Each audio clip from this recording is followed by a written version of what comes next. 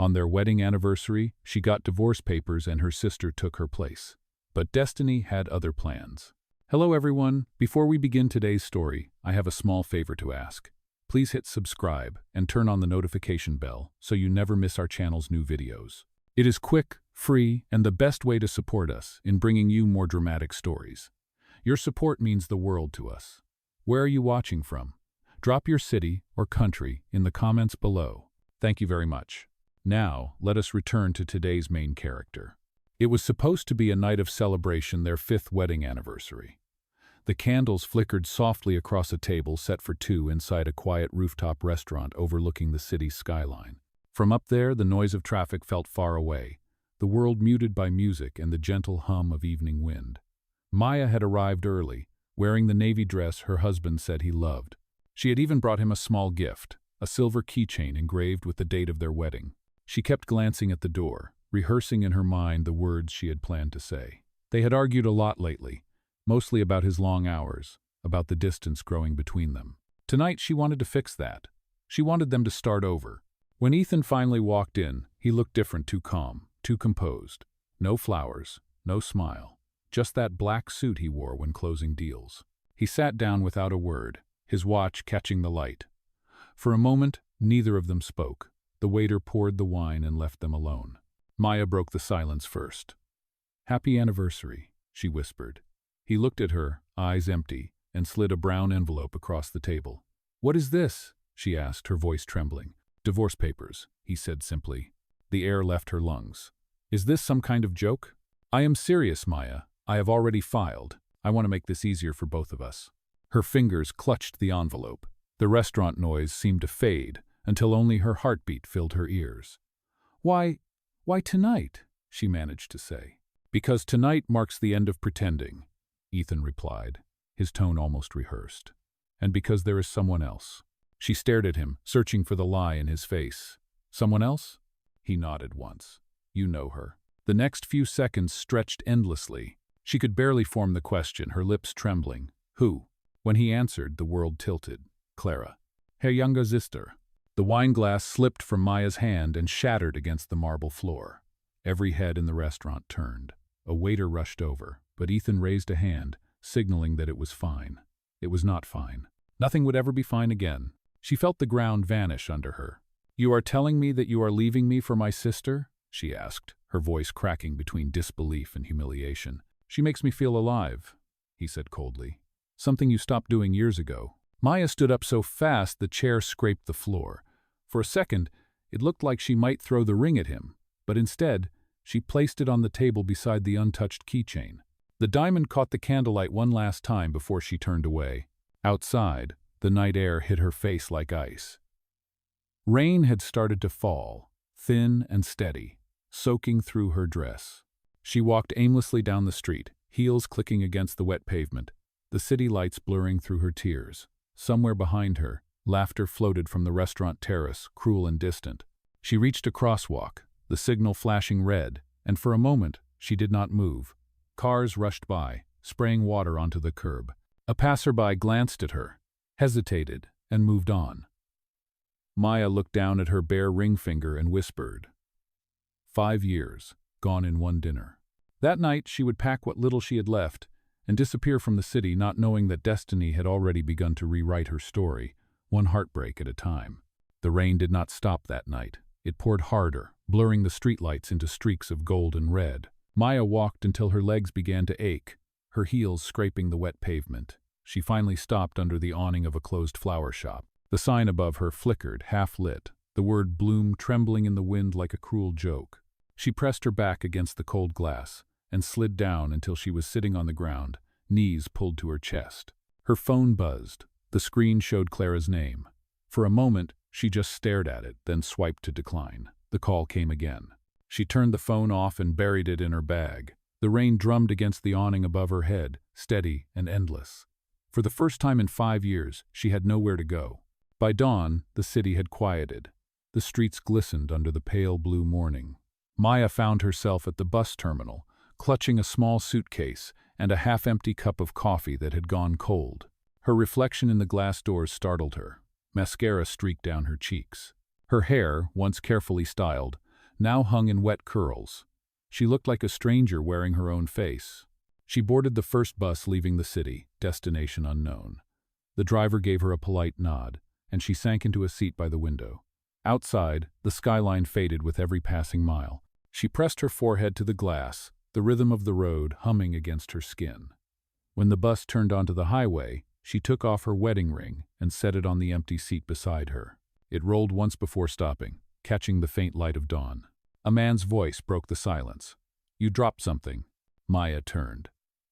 A stranger sat across the aisle, his coat still damp from the rain. His hair was dark, his eyes thoughtful, and his voice carried the kind of calm that made people listen. He leaned down and picked up the ring that had rolled onto the floor.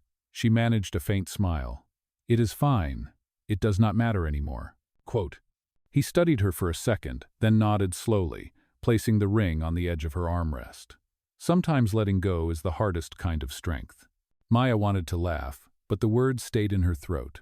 She just nodded, looking out the window again. For the next few hours they sat in silence. The bus hummed through small towns and open fields. Somewhere past noon, the man offered her a paper cup of coffee from the rest stop. "You look like you could use this," he said. She hesitated but accepted it. It was too hot, too bitter, but it warmed her hands. "My name is Adrian," he said after a while. "Maya." "Where are you headed, Maya?" She gave a half shrug. "Anywhere but back." He smiled faintly. "That is a good place to start." There was something odd about him, something she could not place. His coat looked ordinary, but his watch was expensive, the kind that did not belong on an overnight bus. His shoes were clean despite the rain. He carried himself like a man used to boardrooms, not bus stations. But his tone was gentle, unguarded. It disarmed her. When the bus made a brief stop near a diner, Adrian stood and gestured toward the door. "You should eat something," he said. "It is going to be a long ride." "I'm not hungry." "Neither am I," he said, smiling softly. But sometimes food helps when words cannot. She followed him. The diner was small, the kind that smelled of coffee and old stories. They sat at the counter, steam fogging the window. For the first time since the restaurant last night, Maya spoke freely. She told him about the anniversary dinner, the envelope, and the silence that followed. He listened without interrupting, without pity. When she finished, he said quietly, "I am sorry that happened to you. But sometimes, when everything falls apart, it is just life rearranging itself." She looked up, startled, the same words he had spoken earlier on the bus, the same calm in his voice. Outside, the rain had finally stopped. Sunlight broke through the clouds, scattering gold across the wet asphalt. For the first time, Maya realized she was not thinking about what she had lost, but about where she might be heading next. She watched the light catch on Adrian's watch, unaware that the man sitting beside her was not a lost traveler, but a millionaire who had chosen to ride a bus that night for reasons he had not yet revealed. And destiny, quiet and patient, had just taken its first step toward rewriting both of their lives. The next morning, the bus rolled into a small coastal town. The sun was still low, hanging like a pale coin above the horizon. Maya woke to the gentle shake of the driver's voice announcing the final stop. She gathered her things slowly, blinking at the unfamiliar streets outside. The salty air seeped through the cracked window, soft and sharp at once. For the first time in days, she felt she could breathe. Adrian stood near the exit, his hands tucked into his coat pockets. "This is my stop too," he said. His tone was casual, but something in his eyes made it feel like more than coincidence. They stepped off the bus together, the sound of waves rolling faintly in the distance. The town was quiet, its streets lined with weathered shops and pastel houses. A bakery on the corner had its door propped open, the smell of warm bread drifting out. Maya followed the scent without thinking. Inside, an older woman smiled from behind the counter. "You look like you could use something sweet," she said, sliding a croissant onto a plate. Adrian paid before Maya could protest. "I will pay you back," Maya murmured. He shook his head. "You can buy the next coffee." They ate in silence, the only sound the clink of cutlery and the faint hiss of the espresso machine. It was a silence that did not need to be filled.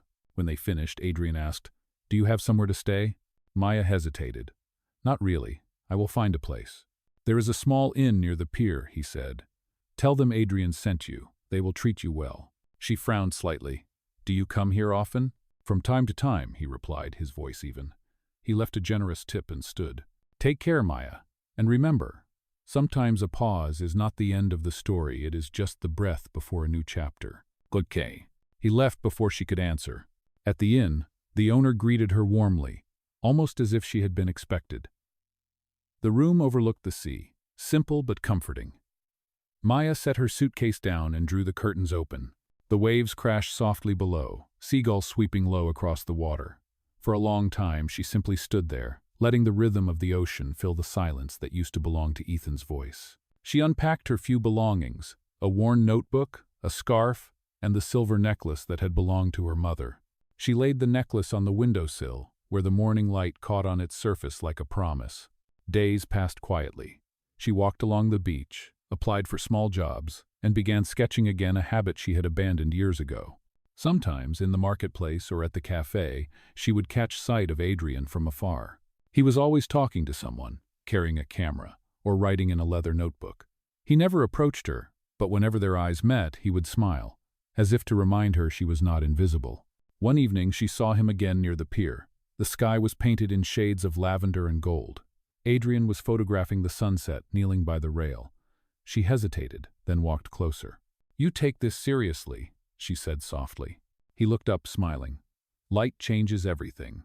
You just have to know when to look." Maya glanced at his camera. "May I see?" He handed it to her. The image on the screen showed the horizon aflame with color. It was beautiful and fragile, like a memory.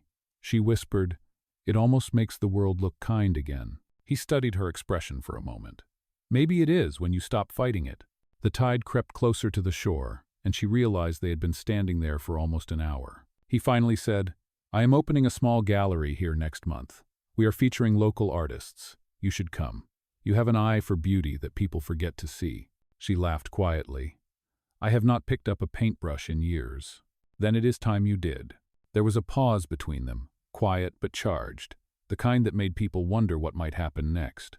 As she walked back to the inn later that night, Maya found herself smiling without reason. Something had shifted. Not everything was fixed, not everything was forgiven. But for the first time, hope did not feel like a lie. If you were in her place, would you dare to start again after everything you lost? The next few weeks slipped by quietly, each day blending into the next. The coastal town had its own rhythm, slow, patient, almost healing. Maya had started helping at the local cafe, serving coffee to tourists and fishermen who came in for warmth. It was not glamorous, but it gave her something she had not felt in a long time: peace. Every morning she passed the gallery under renovation near the pier. Through the large glass windows, she often saw Adrian giving instructions to workers or hanging photographs. Sometimes he would notice her passing by, lift his hand in a small wave, and return to his work. It became part of her daily routine, a quiet connection neither of them needed to define. One afternoon, she found a note slipped under the door of the cafe. It was written in clean, confident handwriting. "You once said you had not painted in years. I am holding an art workshop for the gallery team this weekend. No pressure, just brushes and coffee. I hope you will come, Adrian." She read it 3 times before tucking it into her apron pocket. Saturday came bright and clear, the sky brushed with soft clouds. The gallery smelled of fresh paint and sawdust. Tables were covered with blank canvases and jars of water. Adrian greeted her near the entrance, wearing a simple white shirt, sleeves rolled to his elbows. His smile was warm but restrained. "I was not sure you would come," he said. "I was not sure either," she admitted. He handed her a brush. "Then let us both be uncertain together." They painted for hours. At first, her strokes were stiff and hesitant, but the rhythm of the brush soon took over. Adrian worked beside her, sketching the outlines of the pier and the horizon. He moved with quiet focus, and every now and then he glanced at her canvas without a word. When the afternoon light began to fade, she stepped back and looked at what she had created: a small seascape, imperfect but alive. Adrian stood beside her. "You see," he said softly, "beauty is not about perfection. It is about honesty. This," he gestured to the canvas, "is honest." Quote. Maya looked at him, the words settling deep. "You talk like someone who has lost something too." He smiled faintly. "Everyone has. The difference is what we do with the pieces." They cleaned up together as the sun dipped below the horizon. The gallery was quiet except for the sound of brushes tapping against glass jars. When she turned to leave, he stopped her with a question. "Would you consider working with me?" She blinked. Doing what? I need someone to help coordinate local exhibits, talk to artists, curate their work. You have the sensitivity and the eye for it. Maya hesitated. Adrian, I am not qualified. I have no degree, no experience. He shook his head. You have lived. You have seen light through pain. That is something no classroom can teach. His words lingered long after she returned to the inn. She could not sleep that night. Every time she closed her eyes, she saw the sea, the brush in her hand, and Adrian's steady gaze. The next morning, she returned to the gallery. I will do it, she said. He nodded as if he had known her answer all along. Welcome to the team. From that day forward, their lives intertwined. They spent long hours arranging exhibits, meeting artists, and sharing coffee at the cafe by the harbor. She began to laugh again, genuine laughter that startled even herself. And though neither spoke of it, there was a closeness between them that grew with each passing day. One evening, as they locked up the gallery, Adrian paused by the door. Do you ever think about how strange life is? He asked. How one broken night can lead you somewhere you were always meant to be. Maya met his eyes and nodded. I think about it every day. Quote, outside, the tide rolled in, soft and persistent, as if the ocean itself was reminding them that some things like second chances always return. Autumn arrived quietly in the seaside town. The air turned crisp, the mornings filled with the sound of gulls and waves slapping against the pier. The gallery was finally open, its glass doors reflecting the golden light of early October. For Maya, each day felt like a step further from the woman who had once walked away from her marriage in the rain. She had thrown herself into the work completely. The gallery became her world. She arranged exhibits, spoke to artists, and wrote short descriptions for each piece. Her favorite part was opening night events, the laughter, the clinking glasses, the conversations about color and light. Adrian would stand beside her, calm and composed, always watching the room with quiet pride. People began to notice them together. Are you two partners? An old artist once asked, smiling knowingly. Adrian had simply said, in work, yes. But the look that passed between them had said something else entirely.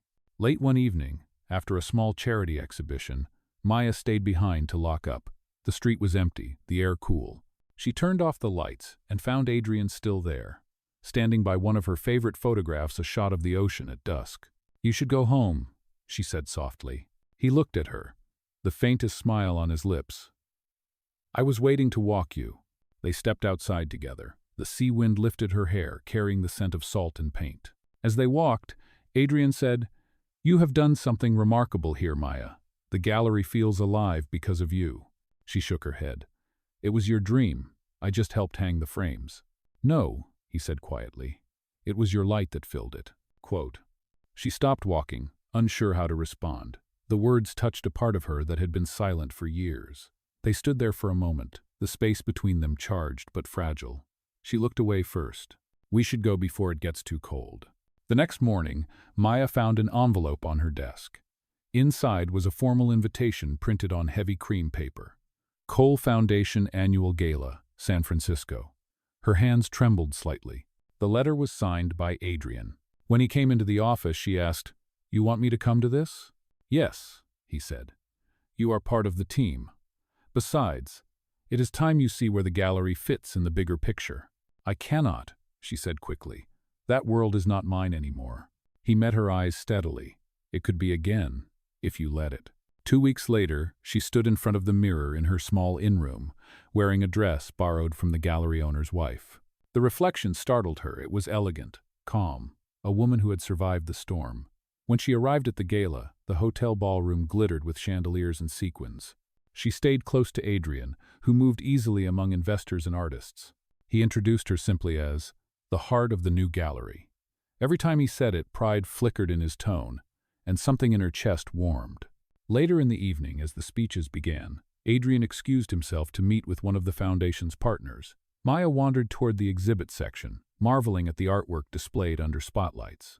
She paused in front of a large photograph of the sea, one of Adrian's own pieces. The small placard read, To those who teach light to return. The words brought tears to her eyes. For the first time, she realized just how deeply their lives had intertwined. When Adrian returned, she turned to him and said softly, You never told me this was yours. He smiled.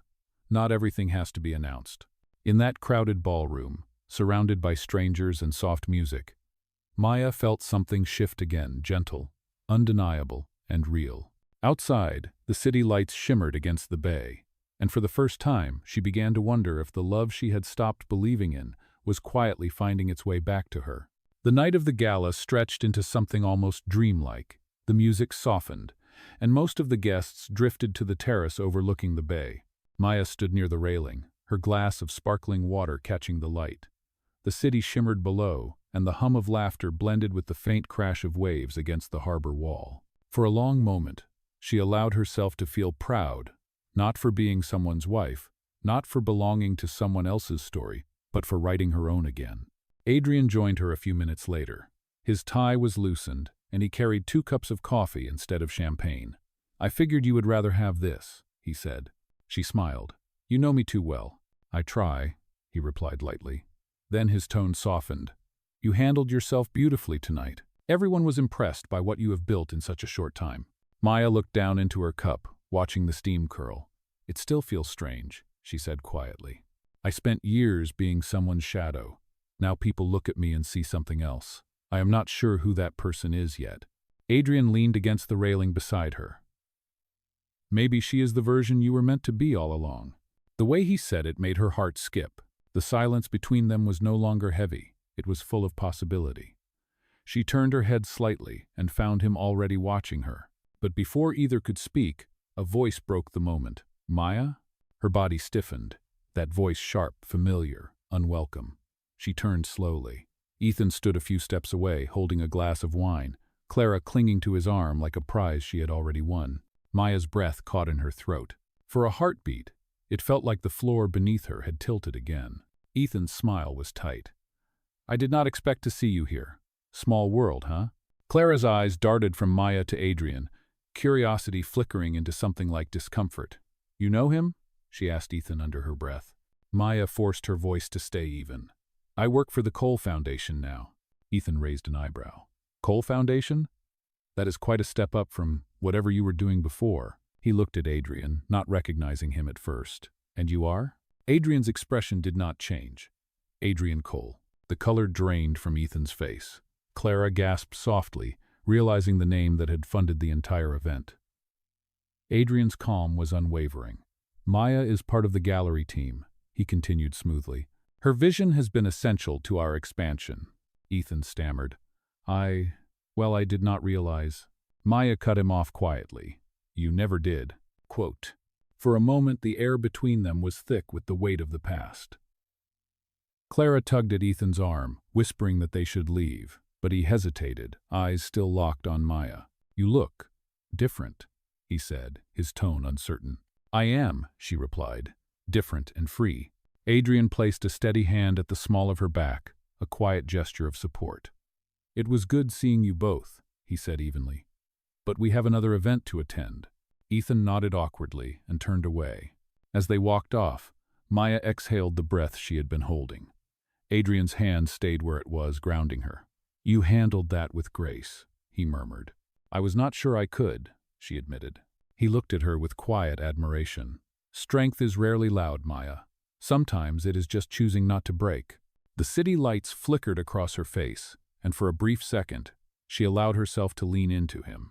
The warmth of his hand, the sound of the sea, and the pulse of her own heart, all of it felt startlingly alive. She whispered, "Do you believe love can grow from a lie?" Adrian turned his head, meeting her gaze. "Only if the truth that follows is strong enough to hold it." Neither spoke again, but the space between them changed. The walls that once protected her began to soften, and somewhere deep inside, the idea of love no longer felt like an impossible dream. That night, as the gala lights faded behind them, Maya finally understood sometimes life brings back the past not to hurt you, but to show you how far you have come. The following days after the gala passed in a blur of conversations and congratulations. The event had been a success, and the Cole Foundation received generous offers from investors. Yet behind all the praise, Maya felt something unsettled growing inside her. Seeing Ethan and Clara again had reopened memories she thought were buried. The way he looked at her that night, a mix of regret and recognition, kept replaying in her mind like an echo she could not silence. She tried to lose herself in work. The gallery was busier than ever, and and Adrian had entrusted her with planning a new exhibit, one dedicated to transformation and light. She poured her heart into it, selecting pieces that mirrored her own journey. Broken glass turned into art, paintings of storms dissolving into dawn. But even as she worked, her hands sometimes trembled. She could not deny the unease curling inside her chest. One evening, while rearranging display frames, she caught a glimpse of herself reflected in the glass. For the first time, she noticed how tired she looked. Adrian had stayed late too, reviewing sponsorship documents in his office. When he stepped out, he saw her sitting alone on the gallery floor, surrounded by scattered photographs.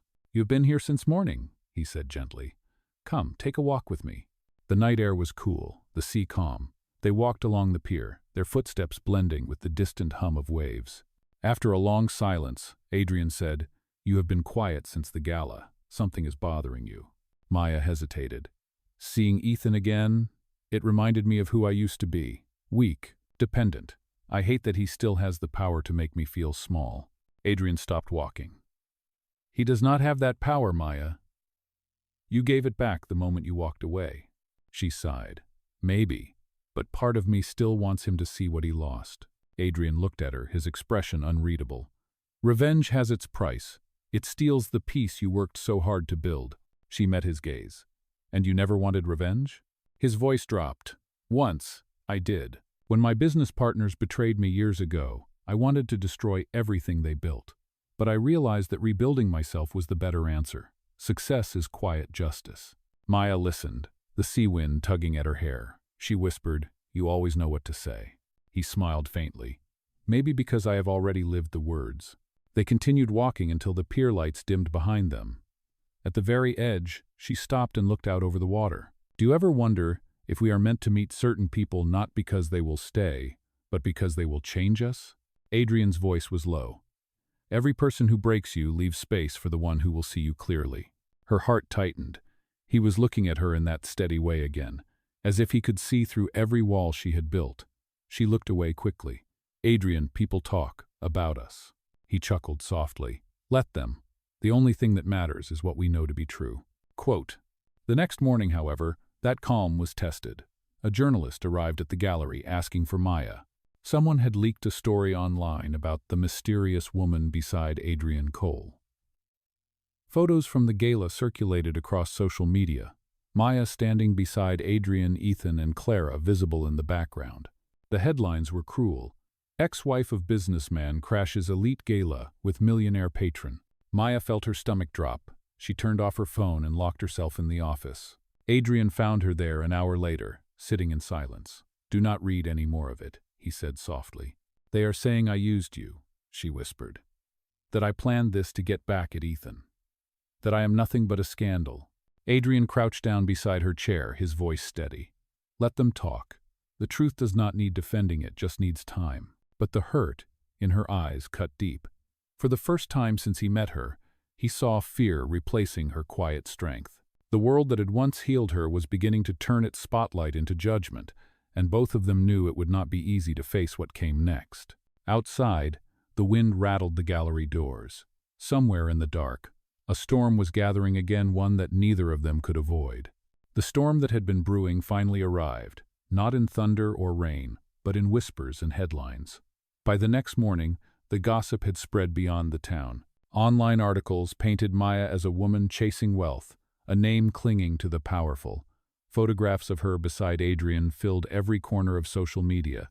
People came to the gallery not to admire the art, but to stare. The piece she had built was cracking. Maya tried to go about her work, but the air felt heavier every day. Some clients canceled meetings. Sponsors hesitated. Even the local paper ran a headline that made her chest ache. The millionaire's muse or his mistake? Adrian noticed her silence growing longer, her smile fainter. One evening, he entered the gallery after closing. She was standing in front of one of her own displays, the photograph she had taken months ago, the silver necklace resting in the sand. Her reflection trembled against the glass. "I can take care of this," Adrian said gently. "I will have my lawyers remove the articles." Quote. Maya shook her head. "They will just write more. They always do. People love a scandal." He stepped closer. "Then let them see the truth. Come with me tomorrow. There is a press event in the city. Let me introduce you publicly, not as a rumor, but as who you really are." She turned toward him, uncertain. "And who am I, Adrian?" His eyes softened. "You are the woman who rebuilt her life from ashes and taught me how to see light again." And her breath caught, the words hitting deeper than she expected. "If we do this, there is no going back," she whispered. "I do not want to go back," he said. The next day, the ballroom of a downtown hotel buzzed with reporters. The Cole Foundation's new partnership announcement was the official reason, but everyone knew they had come for the story behind the story. Maya stood beside Adrian on the small stage, her hands trembling slightly at her sides. Cameras flashed like lightning. Adrian began to speak. His voice was calm, deliberate.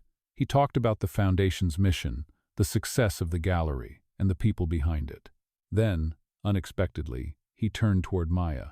"There has been a lot of talk lately," he said. "Rumors about this woman standing next to me. So let me set the record straight. Maya Rivers is not my mistake. She is my reason. Without her, the light you see in our work would not exist." A murmur spread through the room. Reporters scribbled faster. Adrian continued, "When I met her, I was a man hiding behind my success. She reminded me that art, like love, means nothing without honesty. The gallery you all praise today began with her vision." Maya looked at him, stunned. Every word felt like a bridge back to herself. He turned to her and said softly, "You do not have to prove anything, Maya. You already did." After the conference, reporters swarmed them. Questions flew, flashes popped, but for once Maya did not flinch. She stood tall beside him, her voice calm when she said, "The truth is simple. I lost everything once, and that loss gave me the chance to find who I really am. Sometimes you have to be broken to let the light through." That quote made the headlines the next day, but this time in a different tone. Articles began to shift, praising her grace and resilience. The public turned from mockery to admiration almost overnight. The story of scandal became one of strength. That evening, as the sun set over the bay, Maya and Adrian returned to the seaside gallery. The wind carried the scent of salt and freedom. She stood by the window, watching the waves blur into gold. Adrian placed a small velvet box on the table beside her. "I once said you taught me how to see light," he said. "Now I want to make sure you never have to walk in the dark again." Inside the box was her mother's silver necklace, restored, polished, shining as if new. Maya felt tears fill her eyes. "You kept it?" "I repaired it," he said softly. "Because some things are not meant to be replaced, only renewed." For the first time in a long time, she did not feel broken. She felt seen. She smiled. The kind of smile that comes when pain finally makes sense. Sometimes redemption does not shout. It arrives quietly, in the form of someone who refuses to let your story end in ruins. Winter came softly that year, wrapping the seaside town in gray skies and quiet waves. The gallery had become a refuge again, filled with the hum of conversation and the faint scent of coffee. Maya stood by the window, watching the tide rise and fall. The headlines had faded. The noise of gossip had disappeared. What remained was something far quieter, far stronger peace. Adrian entered the room carrying 2 cups of tea. "You still prefer watching the sea instead of taking a break," he teased. She smiled. "The sea does not judge, it just listens." He handed her the cup. "Then I suppose I am in competition with the ocean." She laughed, a sound that still surprised her. "You would lose. The ocean wins every time." They stood in silence for a moment, watching the light change across the water. On the gallery walls, new art lined the space pieces inspired by hope and transformation. The centerpiece was a framed photograph, The Light That Stayed. It was the first image Maya had taken since leaving her old life, and it now drew visitors from everywhere. Adrian looked at it thoughtfully. "Do you ever think about how one broken moment led us here?" Maya nodded. "Every day. I used to wish I could erase that night, but now I know it was where everything truly began." He studied her face for a moment, his expression quiet but full of meaning. "There is something I want to show you," he said finally. He led her to the far end of the gallery, where a new exhibit was being prepared. A curtain covered one section of the wall. When he pulled the cord, the fabric fell away, revealing a single photograph. Her standing at the pier, light pouring around her as if the sun had chosen her alone. Beneath it, engraved on a small brass plate, were the words, "Light found her." Maya felt her breath catch. "Adrian, when did you take this?" "The morning after the gala," he said. You were standing at the pier, looking at the horizon. You did not notice me, but I could see it the moment you let go of the past. That was the moment light found you again. Her eyes blurred. You turned my life into art. No, he said gently. You turned pain into strength. I just captured it. He reached into his pocket and took out a small envelope. I had something else made for you. Inside was an official document naming her as co-director of the Cole Foundation Gallery. She looked up, startled. Adrian, I cannot accept this. Yes, you can. You earned it. You rebuilt this place. You rebuilt me. Tears welled in her eyes. I do not know what to say. Then say yes, he said softly. The simplicity of the moment made her smile through the tears. She nodded, yes. The following week, the gallery hosted a final winter exhibition. Visitors came from far away, drawn by the story of the woman who had turned heartbreak into art. Even Ethan and Clara appeared briefly, lingering near the back, silent and small. Maya saw them but did not look away this time.